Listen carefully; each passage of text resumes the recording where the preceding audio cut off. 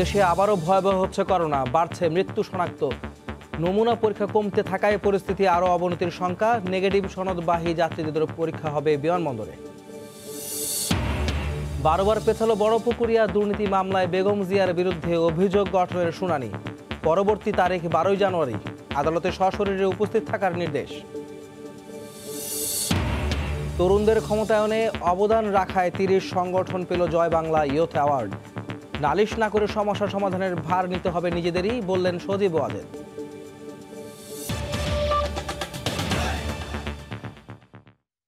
দেখছিলেন শিরোনাম। প্রবাসের সময় সঙ্গে আছি আমি আহমেদ সালেহিন। দেশে আবারও ভয়াবহ হচ্ছে করোনা, বাড়ছে মৃত্যু ও শনাক্ত। গেল 24 ঘন্টায় 2 মাসে সর্বোচ্চ 39 জনের মৃত্যু হয়েছে। এ নিয়ে দেশে মৃতের সংখ্যা বেড়ে দাঁড়ালো 6,254 জনে। শনাক্ত হয়েছেন 2,212 জন। গেল জুন জুলাই মাসে করোনার সর্বোচ্চ চূড়া দেখেছিল বাংলাদেশ।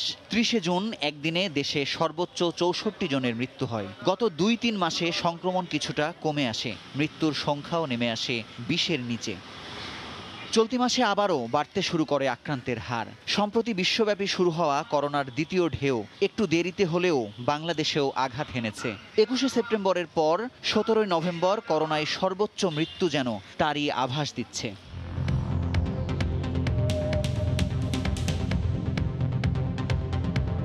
দেশে একদিনের নমুনা পরীক্ষা করা হয়েছে 15,990 জনের। এ পর্যন্ত মোট নমুনা পরীক্ষা হয়েছে 25,72,952 জনের। 24 ঘন্টায় নতুন শনাক্ত হয়েছেন 2,212 জন। এ নিয়ে দেশে মোট শনাক্তের সংখ্যা 4,36,684 জন। 24 ঘন্টায় মারা গেছেন 39 জন। এ পর্যন্ত করোনা আক্রান্ত হয়ে মারা গেলেন 6,254 জন। করোনা থেকে 24 ঘন্টায় সুস্থ হয়েছেন 1,749 জন। এ পর্যন্ত সুস্থ হয়েছেন 3,52,895 জন।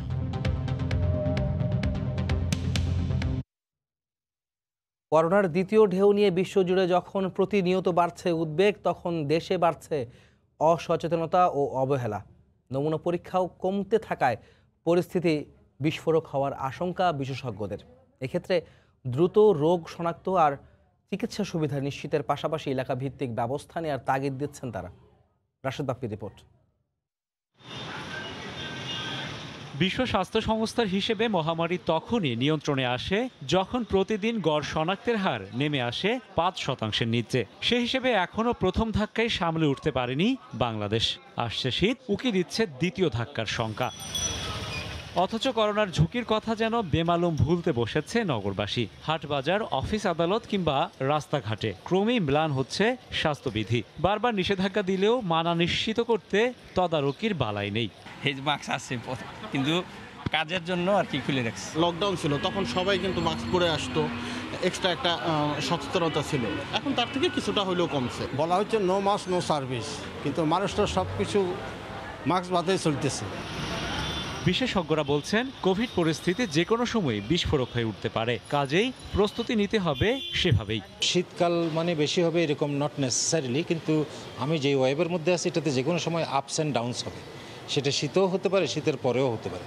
তাহলে আমাদেরকে যেটা করতে হবে সেটা প্রস্তুতিটা হচ্ছে পুরো সময়ের জন্য করতে হবে। সেক্ষেত্রে পরীক্ষা বাড়ানো আর বিজ্ঞান ভিত্তিক পরিকল্পনা প্রণয়নের তাগিদ তাদের। যারা দায়িত্বপ্রাপ্ত তাদের দরকার হলো যে কোথায় লোকেরা আক্রান্ত হচ্ছে সেটার ম্যাপিং করা, সেইটা জনগণকে জানানো এবং সমন্বিতভাবে ব্যবস্থা নেওয়া। যদি ইউকেতে ডেইলি 6 কোটি লোকের জন্য 5 লাখ টেস্ট করা লাগে, তাহলে আমার সেই হিসেবে কমপক্ষে 5 লাখ টেস্ট দরকার। সেখানে 20,000 টেস্ট করে আমি কোনো ধরনের ন্যাশনালি রিপ্রেজেন্টেটিভ ডাটা ক্রিয়েট করতে পারবো। সাংঘাতিকভাবে অ্যান্টিজেন টেস্ট এনে দেশব্যাপী করে ফেলতে পারবো। দেশে গত 2.5 মাসের মধ্যে সোমবার 24 ঘন্টায় শনাক্ত ছাড়িয়েছে 2,000-এর বেশি। করোনার দ্বিতীয় ঢেউ কি চলে এসেছে নাকি আসবে? শীতে কি করোনার প্রকোপ বাড়ে, কিংবা ভাইরাসের হার্ড ইমিউনিটি কি আসলেই সম্ভব? এমন অনেক প্রশ্নের উত্তর হয়তো অমীমাংসিত। তবে নিরাপদ সামাজিক দূরত্ব ও স্বাস্থ্যবিধি মেনে চললে করোনার প্রকোপ অনেকাংশেই রুখে দেওয়া সম্ভব। এ বিষয়ে নেই কোনো বিরোধ, নেই কোনো মতভেদ। রাশেদ বাপ্পি, সময় সংবাদ, ঢাকা। করোনা মোকাবিলায় নেগেটিভ সনদ নিয়ে যারা দেশে ফিরবেন বিমানবন্দরগুলোতে তাদেরও পরীক্ষা করা হবে বলে জানিয়েছেন পররাষ্ট্রমন্ত্রী ডক্টর এ কে আব্দুল মোমেন। মঙ্গলবার দুপুরে ফরেন সার্ভিস একাডেমিতে এক অনুষ্ঠান শেষে সাংবাদিকদের প্রশ্নের উত্তরে কথা জানান তিনি। বিদেশে করোনার দ্বিতীয় ঢেউ পরিস্থিতি পর্যবেক্ষণ করে প্রয়োজনে আন্তর্জাতিক ফ্লাইট বন্ধের সুপারিশ করা হবে বলেও জানান মন্ত্রী। করোনার দ্বিতীয় ঢেউ আসছে বেশ জোরে সোরে। যুক্তরাজ্য, ফ্রান্স, পর্তুগাল, ইটালি সহ ইউরোপের বিভিন্ন দেশ এর মধ্যে লকডাউন কার্যকর করেছে। কঠোরতা জারি করা হয়েছে স্বাস্থ্যবিধি মেনে চলার উপর। দেশে গত মার্চ মাসে করোনার প্রাদুর্ভাব ছড়িয়ে পড়ার পরও বেশ কিছুদিন আন্তর্জাতিক ফ্লাইটে বিমান চলাচল অব্যাহত ছিল। সংক্রমণ ছড়িয়ে পড়ার পেছনে প্রবাসীদের প্রবেশে শিথিলতাকেও অনেকাংশে দায়ী করা হয়। এই অবস্থায় এবার শুরু থেকেই কড়াকড়ি করা হবে, এমনকি নেগেটিভ সনদ নিয়ে যারা আসবেন তাদেরও টেস্ট করা হবে বলে জানান পররাষ্ট্রমন্ত্রী। প্রথম আসার পরে প্রত্যেকটি আমরা টেস্ট করব। একদিন আমাদের রেজাল্ট দেখব, আমরা পিসিআর টেস্ট করব, রেজাল্ট দেখব কী অবস্থা। যদি মনে হয় নেগেটিভ আছে তখন they will go for self quarantine. যারা নেগেটিভ নিয়ে আসেন তাদেরও আমরা দেখব তাদের কোনো রকমের অবস্থার পরিবর্তন হয়েছে কিনা। এই ব্যাপারে আমরা বেশ কড়া অবস্থানে নিচ্ছি। প্রশ্ন উঠে বিমান চলাচল বন্ধের বিষয়ে কোনো সিদ্ধান্ত হয়েছে কিনা। ফ্লাইট বন্ধ কি খোলা ডিপেন্ড করবে অবস্থার পরিপ্রেক্ষিতে। আমরা এখন অলরেডি এয়ারপোর্টে এই যারা আসবেন তাদের সম্পর্কে আমরা টেস্টিং এগুলো অনেক কড়াকড়ি করেছি। এইসব বিষয়ে সুপারিশের জন্য এর মধ্যেই পররাষ্ট্র সচিবকে প্রধান করে 5 সদস্যের একটি আন্তঃমন্ত্রণালয় কমিটি গঠন করা হয়েছে। হেসান জুয়েল, সময় সংবাদ, ঢাকা। এবার অন্য প্রসঙ্গ। 12 বার পেছালো বড়পুকুরিয়া কয়লা খনি নিয়ে দুর্নীতির মামলায় বেগম খালেদা জিয়ার বিরুদ্ধে অভিযোগ গঠন শুনানি আগামী 12 জানুয়ারি পরবর্তী তারিখ ধার্য করেছেন আদালত। ওই দিন আদালতে বিএনপি নেত্রীকে আবারও সশরীরে উপস্থিত থাকার নির্দেশ দেওয়া হয়েছে। দিনাজপুরের বড়পুকুরিয়া কয়লা খনি থেকে কয়লা উত্তোলন, ব্যবস্থাপনা ও রক্ষণাবেক্ষণে ঠিকাদার নিয়োগে অনিয়মের মাধ্যমে রাষ্ট্রের 158 কোটি 71 লাখ টাকা ক্ষতি ও আত্মসাতের অভিযোগে 2008 সালের 26 ফেব্রুয়ারি শাহবাগ থানায় মামলা হয় বিএনপি চেয়ারপারসন বেগম খালেদা জিয়া সহ তৎকালীন মন্ত্রিসভার বেশ কয়েকজনের বিরুদ্ধে। ওই বছরের 5 অক্টোবর বেগম জিয়া সহ 16 আসামির বিরুদ্ধে আদালতে অভিযোগপত্র দাখিল করে দুর্নীতি দমন কমিশন দুদক। দীর্ঘ 12 বছর ধরে চলছে মামলার শুনানি। মঙ্গলবার ছিল অভিযোগ গঠনের জন্য নির্ধারিত দিন, তবে এদিন অসুস্থতার কারণ দেখিয়ে আদালতে উপস্থিত হননি বেগম জিয়া। বেগম খালেদা জিয়া অসুস্থ এবং অপর আসামিরা অসুস্থতার কারণে বিগত আসতে পারেন নাই।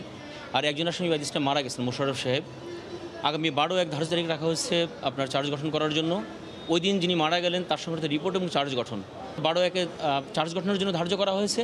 ওই দিন যদি সবাই উপস্থিত থাকে এবং আইনগত যদি কোনো ব্যত্যয় না থেকে থাকে সম্ভবত চার্জের বিষয় শুনানি হবে। এদিকে রাষ্ট্রপক্ষের আইনজীবী বলছেন এরই মধ্যে 12 বছর কেটে গেছে, কিন্তু বিচার কাজ শুরুই করা যায়নি। বারবার সময় প্রার্থনা বিচার প্রক্রিয়া এগিয়ে নেওয়ার অন্তরায় বলেও মন্তব্য করেন তিনি। আমাদের বিচার প্রক্রিয়া তো আসলে বিলম্বিত হচ্ছে ওনাদের এই সমস্ত সময়ের কারণে। সময়ের আবেদন মঞ্জুর ওনারা করছেন এবং আবেদন মঞ্জুর হচ্ছে। মানুষের জন্য এমন কথাই বারবার মনে করিয়ে দেয় দেশের তরুণরা। করোনা মহামারীতেও বসেছিল না তরুণরা। যেখানেই বিপদে পড়েছে মানুষ সেখানেই ছুটে গিয়েছেন তারা। আর তাই যুব সমাজকে উৎসাহিত করতে গত কয়েক বছরের মতো এবারও বিভিন্ন ক্ষেত্রে অবদান রাখার স্বীকৃতি দিল গবেষণা প্রতিষ্ঠান centre for research and information CRI। তারুণ্যের প্ল্যাটফর্ম ইয়ং বাংলা আয়োজিত জয় বাংলা ইয়ুথ অ্যাওয়ার্ড 2020 তুলে দেওয়া হলো 30 সংগঠনকে। ভার্চুয়াল এই অনুষ্ঠানে যোগ দিয়ে প্রধানমন্ত্রীর তথ্য ও যোগাযোগ প্রযুক্তি উপদেষ্টা সজীব ওয়াজেদ জয় বলেন, ডিজিটাল বাংলাদেশ প্রতিষ্ঠিত হয়েছিল বলেই মহামারীর মধ্যেও দেশের অর্থনীতি মুখ থুবড়ে পড়েনি। কেউ জোগাড় করেছেন জরুরি চিকিৎসায় প্রয়োজনীয় রক্ত, কেউ বা ত্রাণ বিলিয়েছেন করোনা মহামারীতে লকডাউনে থাকা ভুক্তভোগী মানুষের মধ্যে। কেউ জুগিয়েছেন বিশুদ্ধ পানি, আবার কেউ বা দুঃসময়ে মানসিক রোগীদের চিকিৎসার বন্দোবস্ত করেছেন। এমন নানা উদ্যোগ নিয়ে কাজ করেছে দেশের উদ্যমী উদ্ভাবনী তরুণরা। তরুণদের উৎসাহিত করতে সহায়তা দিয়ে আসছে গবেষণা সংস্থা CRI এর প্ল্যাটফর্ম ইয়ং বাংলা। 18 থেকে 35 বছর বয়সী তরুণ যুবাদের সারা দেশের অন্তত এমন 600 সংগঠনের মধ্য থেকে এবারও শীর্ষ 30 সংগঠনকে দেয়া হলো জয় বাংলা ইউথ অ্যাওয়ার্ড 2020। ধন্যবাদ এবছর করোনার প্রেক্ষাপটে পুরো পুরস্কার বিতরণী অনুষ্ঠানটি হয়েছে ভার্চুয়াল মাধ্যমে। করোনায় আটকা পড়ে দেশে আসতে না পারলেও তরুণদের উৎসাহ দিতে অনলাইনে যোগ দিয়েছিলেন প্রধানমন্ত্রীর তথ্য ও যোগাযোগ প্রযুক্তি বিষয়ক উপদেষ্টা সজীব ওয়াজেদ জয়। সজীব ওয়াজেদ বলেন, উদ্ভাবনী চিন্তা নিয়ে কাজ করা সব তরুণদের পাশে আছে সিআরআই। তিনি বলেন, সমস্যা নিয়ে চিৎকার না করে সমাধানে মনোযোগী হওয়া প্রয়োজন। এই দেশে এটা ভালো হচ্ছে না, ওটা ভালো হচ্ছে না, এটা খারাপ হচ্ছে, এখানে পিছিয়ে আছি, এই নালিশ তারা সারাক্ষণ করে যায়। আমি নিজে ব্যক্তিগতভাবে দেখতে চাই যে কারা সমস্যার সমাধান করতে চায়, শুধু নালিশ করতে চায় না। আমি চাই যোগ্য নেতৃত্ব। কোভিড মোকাবিলায় যোগ্য নেতৃত্বের জন্য বাংলাদেশ এখনো ভালো অবস্থানে রয়েছে উল্লেখ করে জয় বলেন, ডিজিটাল ব্যবস্থাপনায় দেশের সক্ষমতা এখন প্রমাণিত বলেই অর্থনীতিও সুরক্ষিত। এটা শুধু বাংলাদেশের সমস্যা না, এটা সারা বিশ্বের সমস্যা। কোভিড-19 আমাদের আওয়ামী লীগ সরকার শুরু থেকে মেধা দিয়ে প্রিপারেশন নিয়ে আমরা এটার মোকাবেলা করে গিয়েছি। ইউরোপের অর্থনীতির অবস্থা দেখেন, মার্কিন যুক্তরাষ্ট্রের অর্থনীতির অবস্থা দেখেন, তারা কিন্তু এই বছর সকলেই পিছিয়ে গেছে। আজকে যদি ডিজিটাল বাংলাদেশ না থাকতো, আমাদের অর্থনীতি কিন্তু একদম শেষ হয়ে যেত। সামাজিক সমস্যাগুলো কাটিয়ে উঠে কার্যকর উদ্যোগ নিতে প্রবীণদের মুখাপেক্ষী না হয়ে যুবকদের মাঠে নামার আহ্বান জানান সজীব ওয়াজেদ জয়। দেশের সমস্যা সমাধান করতে নেমে যান। দেবাশিস রায়, সময় সংবাদ, ঢাকা। নদী ভাঙন রোধে একটি চ্যানেল সচল রাখা, ক্যাপিটাল রেজিং অব্যাহত রাখা এবং বন্যার পানির চাপ নিয়ন্ত্রণে বাফার জোন করার নির্দেশ দিয়েছেন প্রধানমন্ত্রী শেখ হাসিনা। মঙ্গলবার দুপুরে একনেক সভায় তিনি গ্রামীণ সড়ক অবকাঠামো পুনর্বাসনে স্থানীয় সরকার ও পল্লী উন্নয়ন মন্ত্রণালয়কে মহাপরিকল্পনা নেওয়ার নির্দেশ দেন। সভায় ৭,৫০৫ কোটি টাকা ব্যয়ে ৫টি প্রকল্পের অনুমোদন দেওয়া হয়। চলতি বছরের মে মাসেই দেশের উপকূলে আঘাত হানে সুপার সাইক্লোন ঘূর্ণিঝড় আম্পান। ক্ষতিগ্রস্ত হয় ১৪টি জেলার ৬৯টি উপজেলা। বন্যায় ক্ষতিগ্রস্ত হয় ২৮টি জেলার ১৮২টি উপজেলা। বন্যা আর আমপানে ক্ষতিগ্রস্ত পল্লী সড়ক অবকাঠামো উন্নয়নে মঙ্গলবারের একনেক সভায় ৫,৯০৫ কোটি টাকার একটি প্রকল্পের অনুমোদন দেওয়া হয়। এছাড়াও বরিশাল, ঝালকাঠি ও পিরোজপুর জেলার পল্লী অবকাঠামো উন্নয়ন প্রকল্পের অনুমোদন দেওয়া হয়। সভায় গণভবন থেকে ভিডিও কনফারেন্সে যোগ দেন প্রধানমন্ত্রী শেখ হাসিনা। সভা শেষে ব্রিফিংয়ে পরিকল্পনা সচিব আসাদুল ইসলাম জানান, গ্রামীণ জনপদের রাস্তাঘাট উন্নয়নে মহাপরিকল্পনার নির্দেশ দিয়েছেন প্রধানমন্ত্রী শেখ হাসিনা।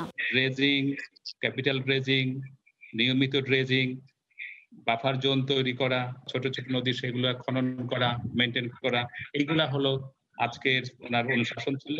মাননীয় প্রধানমন্ত্রী বলেছেন যে বিটুমিন ব্যবহার করা হয়, তার কোয়ালিটি যেন ঠিক থাকে সেটা নিশ্চিত করতে হবে। রাস্তায় যেন পানি না জমে, কারণ রাস্তায় পানি জমলেই রাস্তা নষ্ট হয়, সেটা দেখতে হবে। সভায় শেখ হাসিনার সাংস্কৃতিক পল্লী নির্মাণ প্রকল্পের অনুমোদন দেওয়া হয়। এছাড়াও খুলনা সিটি কর্পোরেশনের বর্জ্য ব্যবস্থার উন্নয়ন প্রকল্পের অনুমোদন দেওয়া হয়। সভায় নতুন 3টি এবং সংশোধিত 2টি প্রকল্প অনুমোদিত হয়েছে। বর্জ্য ব্যবস্থার উন্নয়ন প্রকল্পটি ৩৯৩ কোটি টাকা ব্যয় প্রস্তাব করা হয়েছে এবং প্রকল্পটি অনুমোদন হয়েছে কোনো সংশোধন ব্যতিরেকে। সভায় অনুমোদিত প্রকল্পগুলোর মধ্যে সরকারি ব্যয় ধরা হয়েছে ৭,৪২৬ কোটি টাকা, সংস্থার নিজস্ব অর্থায়ন ৭৮ কোটি টাকা। ঈশিতা ব্রহ্ম, সময় সংবাদ, ঢাকা। করোনা পরিস্থিতিতে ডোনাল্ড ট্রাম্প এখনই কার্যকরী সিদ্ধান্ত না নিলে ২০শে জানুয়ারির আগে যুক্তরাষ্ট্র আরও অনেক মৃত্যু দেখবে বলে আশঙ্কা প্রকাশ করেছেন নবনির্বাচিত প্রেসিডেন্ট জো বাইডেন। নতুন সরকারের কাছে প্রশাসনের তথ্য ও কর্মপরিকল্পনা বুঝিয়ে দেওয়ার আহ্বান জানান তিনি। এদিকে এবার নির্বাচন প্রক্রিয়ায় এক পেশে ছিল বলে অভিযোগ করেছেন ট্রাম্প। নিউ ইয়র্ক থেকে হাসানুজ্জামান সাকির রিপোর্ট। মার্কিন প্রেসিডেন্ট ডোনাল্ড ট্রাম্পের ক্ষমতা হস্তান্তরে অনীহা, তাই বলে বসে থাকতে পারেন না সদ্য নির্বাচিত প্রেসিডেন্ট জো বাইডেন। সহযোগী কামালা হ্যারিসকে নিয়ে কর্মপরিকল্পনা ঠিক করতে ব্যস্ত তিনি। এরই অংশ হিসেবে সোমবার ডেলাওয়ারের উইলমিংটনে সাংবাদিকদের সঙ্গে দীর্ঘক্ষণ আলোচনা করেন এই ডেমোক্র্যাট নেতা। So how do we get the vaccine? How do we get over 300 million Americans vaccinated? What's the game plan? It's a huge undertaking. তিনি জানান 20 জানুয়ারির পর আনুষ্ঠানিকভাবে হোয়াইট হাউসে গেলে বিনিয়োগ বাড়িয়ে অর্থনীতি চাঙ্গা করতে কাজ করবেন তিনি। অনুষ্ঠানে বাইডেন শান্তিপূর্ণ ক্ষমতা হস্তান্তরের আহ্বান জানান। এদিকে 3রা নভেম্বরের নির্বাচন মার্কিন নাগরিকদের বিভক্ত করে দিয়েছে বলে মন্তব্য করেছেন সাবেক প্রেসিডেন্ট বারাক ওবামা। তিনি বলেন 2 প্রার্থী 7 কোটির বেশি ভোট পেয়েছেন, যা স্পষ্ট বিভাজন। তবে তিনি আশা প্রকাশ করেন জো বাইডেনের নেতৃত্বে যুক্তরাষ্ট্র আগের চেয়ে অনেক ভালো করবে। কিন্তু ডোনাল্ড ট্রাম্প তার অভিযোগের ধারা থেকে বের হতে পারছেন না। পেনসিলভেনিয়ায় ভোট গণনার সময় রিপাবলিকান পোলিং এজেন্ট ও পর্যবেক্ষকদের ঢুকতে দেওয়া হয়নি বলে অভিযোগ করেন তিনি। এই অবস্থায় বিপাকে থাকা ট্রাম্প প্রশাসনের মুখে কিছুটা হলেও হাসি ফোটাতে মরিয়া পররাষ্ট্র দপ্তর। এই দপ্তরের মন্ত্রী মাইক পম্পেও ফ্রান্স সফর করেছেন। এরপর তুরস্ক, জর্জিয়া, ইসরায়েল, সংযুক্ত আরব আমিরাত, কাতার ও সৌদি আরব সফর করবেন। আলোচনা হবে নির্বাচন ইস্যুতে। মার্কিন পররাষ্ট্রমন্ত্রী মাইক পম্পেওর বিদেশ সফরের পরিকল্পনার মধ্যেই জানা গেছে আফগানিস্তান এবং ইরাক থেকেও ট্রাম্প প্রশাসন আরও সৈন্য প্রত্যাহার করে নেবে। এখন ক্ষমতা হস্তান্তরের ঠিক আগে বিদেশ থেকে কেন ট্রাম্প সৈন্য প্রত্যাহার করে নিচ্ছেন সেটি যুক্তরাষ্ট্রে বিচার বিশ্লেষণ চলছে। হাসানুজ্জামান সাকি, সময় সংবাদ, নিউ ইয়র্ক। প্রবাসের সময় আবারও দেশের বাইরের খবর। করোনার দ্বিতীয় ঢেউয়ে ডুবেছে প্রাচীন সভ্যতার দেশ ইতালি। গড়ে 30,000-এর বেশি আক্রান্ত হচ্ছে প্রতিদিন। ইতালি সরকারকে দ্বিতীয় পর্যায়ের করোনা পরিস্থিতি সামাল দিতে হিমশিম খেতে হচ্ছে প্রতিটি ক্ষেত্রে। ইতালির ভেনিস থেকে বিস্তারিত জানাচ্ছেন মাকসুদ রহমান। বর্তমানে ইতালিতে করোনা সংকট জটিল থেকে জটিলতর হচ্ছে। গত 2 সপ্তাহ আগে প্রধানমন্ত্রী জোসেফ কোন্তে বলেছিলেন আগামী মার্চ মাসে সমগ্র ইতালিতে 3 ইউরোতে মিলবে করোনা ভ্যাকসিন। কিছুদিন পর স্বাস্থ্যমন্ত্রী রবার্তো স্পেরান্সা বলেন আগামী জানুয়ারিতে মিলবে করোনা ভ্যাকসিন। এখন আবার সরকার বলছে এই ডিসেম্বরেই মিলবে কার্যকরী ভ্যাকসিন। কিন্তু এই ভ্যাকসিন কোত্থেকে আসবে বা কোন প্রতিষ্ঠান সরবরাহ করবে, ইউরোপের কোন দেশ তা যোগান দেবে কিনা তার সঠিক উত্তর নেই সরকারের কাছে। এদিকে গত 2 দিন আগে হঠাৎ করেই ইতালিয়ান স্বাস্থ্য মন্ত্রণালয় 400 মিলিয়ন ইউরো বরাদ্দ দেয় SARS-CoV-2 ভাইরাস প্রতিরোধের জন্য। ইতালির সার্কো হসপিটাল ও স্টেট ইউনিভার্সিটি অফ মিলান যৌথভাবে SARS-CoV-2 ভাইরাসের ভ্যাকসিন আবিষ্কার করেছিল। SARS-CoV-2 করোনা গোত্রের একটি ভাইরাস। এই অবস্থায় ধারণা করা হচ্ছে ইতালি তাদের পরিচিত পথেই হাঁটছে। এই ভাইরাসের প্রতিষেধক করোনা টিকার জন্য ব্যবহৃত হবে কিনা তা নিয়ে চলছে বিশ্লেষণ। আমাদের এখানে বাঙালি কমিউনিটিতে একটি আতঙ্ক বিরাজ করছে, যেহেতু করোনা ভাইরাসে এখন আগের চেয়ে অনেক উচ্চ ক্ষমতা নিয়ে আমাদের আক্রমণ করছে। এদিকে করোনার দ্বিতীয় ঢেউয়ে বাংলাদেশিদের মধ্যে সংক্রমণের মাত্রা বেড়েছে অত্যাধিক হারে। আশা করি সবাই স্বাস্থ্যবিধি মেনে চলবেন এবং এই ইতালি সরকারের আইন, এই নিষেধাজ্ঞা মেনে চলবেন। শতকরা 50% বাংলাদেশি ইতালিতে করোনার উচ্চ ঝুঁকিতে রয়েছে। ইতালির ভেনিস থেকে মাকসুদ রহমান, সময় সংবাদ। অস্ট্রেলিয়ার ভিক্টোরিয়ায় দ্বিতীয় পর্যায়ের করোনা মোকাবেলা করা গেলেও এবার নতুন করে সংখ্যায় সাউথ অস্ট্রেলিয়া। অস্ট্রেলিয়ার সিডনি থেকে আর জানাচ্ছেন SM আমিনুল রুবেল। অস্ট্রেলিয়ার সার্বিক করোনা পরিস্থিতি এই মুহূর্তে যথেষ্ট ভালো, বিশেষ করে অস্ট্রেলিয়ার ভিক্টোরিয়া অঙ্গরাজ্য। সেখানে গত 18 দিনে কেউ করোনা আক্রান্ত হয়নি। তবে সাউথ অস্ট্রেলিয়া অঙ্গরাজ্যে সেখানে কিন্তু গত 3 দিনে 20 জন করোনা আক্রান্ত হয়েছে। সেখানে কিন্তু এতদিন কোনো করোনা রোগী ছিল না। সিডনির বাংলাদেশিরা কিন্তু অস্ট্রেলিয়ার প্রবাসী বাংলাদেশিদেরকে বাংলাদেশের কাছে এবং অস্ট্রেলিয়ার কাছে গর্বিত করেছে। করোনা পরিস্থিতি যখন খারাপ হয়েছিল অস্ট্রেলিয়াতে, তখন অস্ট্রেলিয়ার এই পরিস্থিতি সামাল দেওয়ার জন্য তারা বিভিন্ন সামাজিক কর্মকাণ্ডে লিপ্ত হয়েছিল। বিশেষ করে ইন্টারন্যাশনাল স্টুডেন্ট যারা অস্ট্রেলিয়াতে এসেছিল, আসার পরেই তারা ঘরে আটকে গিয়েছিল, তাদের জন্য কিন্তু এই মানুষগুলো প্রাণপণ খেটে গেছে। তারই উপহার স্বরূপ অস্ট্রেলিয়ার লিবারেল পার্টি, যেটি এই মুহূর্তে ক্ষমতায় আছেন, অস্ট্রেলিয়ার প্রবাসী বাংলাদেশিদেরকে একটি বড় একটি অনুষ্ঠানের মাধ্যমে কিন্তু 180 জন মানুষকে সম্মানিত করেছে, সবাইকে সার্টিফিকেট প্রদান করা হয়েছে। অস্ট্রেলিয়াতে বাংলাদেশিদের এই অ্যাচিভমেন্ট, এটির কারণে হয়তো আগামীতে বাংলাদেশের সাথে অস্ট্রেলিয়া সরকারের সুসম্পর্ক আরো দৃঢ় হবে। SM আমিনুল রুবেল, সময় সংবাদ, অস্ট্রেলিয়া। ডিসেম্বরে করোনার ভ্যাকসিন তৈরি হবে আয়ারল্যান্ডে। মার্কিন ওষুধ নির্মাণ প্রতিষ্ঠান ফাইজার উৎপাদনের সব ধরনের প্রস্তুতিও নিয়েছে। প্রাথমিকভাবে 33 লাখ ডোজ তৈরির পরিকল্পনা তাদের। বিস্তারিত সৈয়দ জুয়েলের রিপোর্টে। জার্মানির বায়োনটেকের সঙ্গে সমন্বয় করে ভ্যাকসিন উৎপাদন করছে মার্কিন সংস্থা ফাইজার। তারা এবার আয়ারল্যান্ডে উৎপাদন করতে যাচ্ছে। এজন্য 300 মিলিয়ন ইউরো বিনিয়োগ করছে তারা।